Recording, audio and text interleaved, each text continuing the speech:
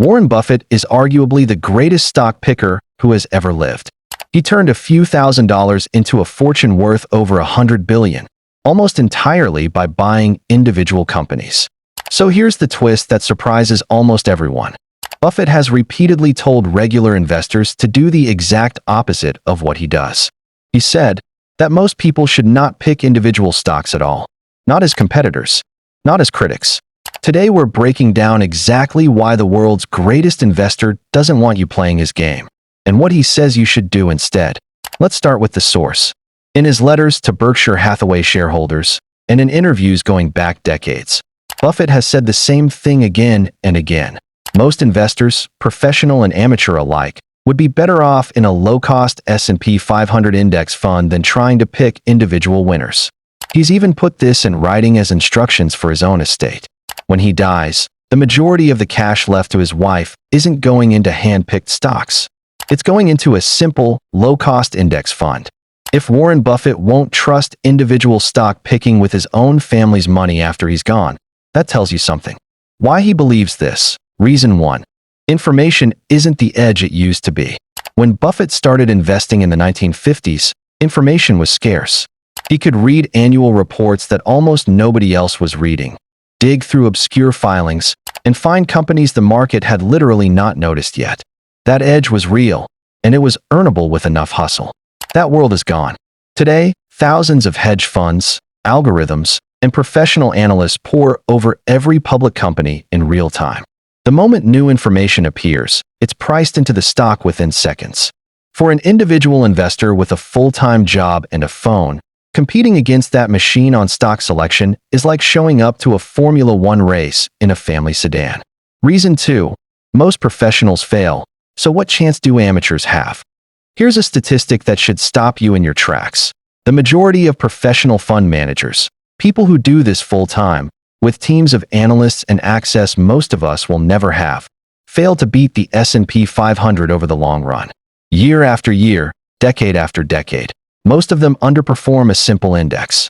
If people whose entire career is picking stocks can't consistently beat the market, what makes an individual investor, trading part-time between meetings, think they'll be the exception?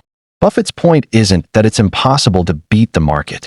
It's that it's so difficult, so rare, that betting your retirement on being one of the few winners is a bad bet for almost everyone.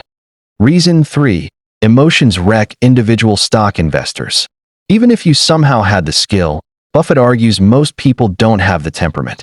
Owning individual stocks means watching a company you believe in drop 30, 40, 50%, and having to decide, in the moment, with real money on the line, whether to hold, sell, or buy more. Most people panic sell at the bottom and greed buy at the top.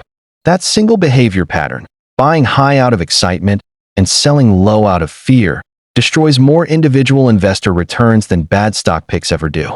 A diversified index fund doesn't remove emotion from investing entirely, but it removes the temptation to bet everything on one company's story, and that alone saves most people from their worst instincts. Reason 4. Diversification protects you from what you don't know. When you buy one stock, you're not just betting on the company. You're betting on the CEO not making a scandal-level mistake, on the industry not getting disrupted, on the accounting being honest, on 100 things you have no way of verifying from the outside. Buffett himself does deep research most people can't replicate, and even he gets it wrong sometimes. An index fund holds hundreds of companies at once, so no single blow-up can sink you. You're not trying to predict which company wins. You're betting that the economy, as a whole, keeps growing, which historically, over long periods, it has. So what should you actually do? This is the part Buffett is refreshingly simple about. For the vast majority of people, the plan is buy a low-cost S&P 500 index fund or a total market fund. Keep contributing to it consistently, whether the market is up or down. Don't check it every day. Don't try to time the top or the bottom. And let decades of compounding do the heavy lifting. It's not exciting. It won't make for a dramatic story at a dinner party. But boring, consistent, and diversified has quietly outperformed most people's attempts to get rich quick with individual stocks. Warren Buffett didn't get where he is by being reckless. He got there by being disciplined enough to know his own edge, decades of full-time analysis, patience, and access most people simply don't have. And he's honest enough to tell the rest of us, don't try to be me. Buy the whole market. Be consistent. Let time do the work. If the greatest investor alive is telling you the smartest move is often the simplest one, that's advice worth listening to. If this helped you rethink your investing strategy, hit subscribe for more breakdowns like this one. And let me know in the comments. Are you an index fund investor, or do you still like picking your own stocks?